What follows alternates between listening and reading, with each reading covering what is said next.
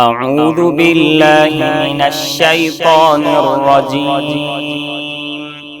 بسم الله الرحمن الرحيم.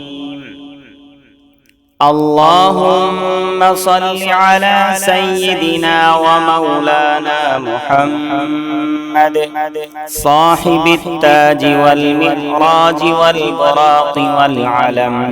دافع البلاء والوباء والقهط والمرض والألم، اسمه مكتوب مرفوع مشفوع منقوش في اللوح والقلم، سيد العرب والعجم، جسمه مقدس معطر مطهر منور في البيت والحرم،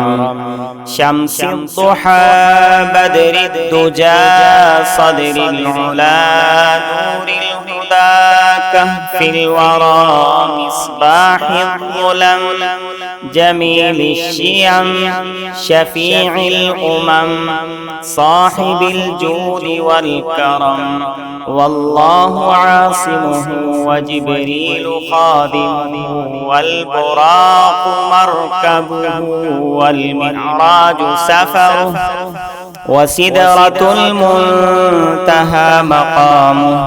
وقاب قوسين مطلوبه، والمطلوب مقصوده،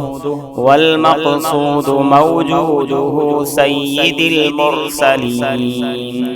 خاتم النبيين شفيع المذنبين أنيس الغريبين، رحمة للعالمين، راحة العاشقين مراد المشتاقين، شمس العارفين سراج السالكين مصباح المقربين،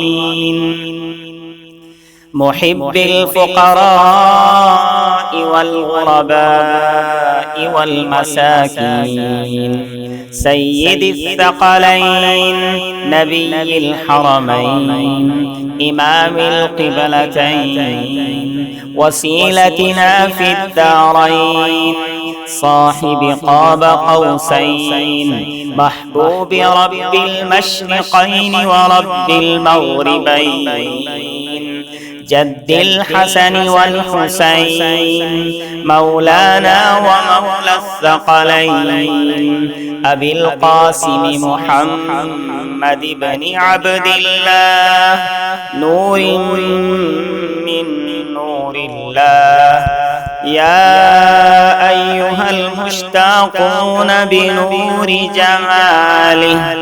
صلوا عليه وآله وأصحابه وسلموا تسليما.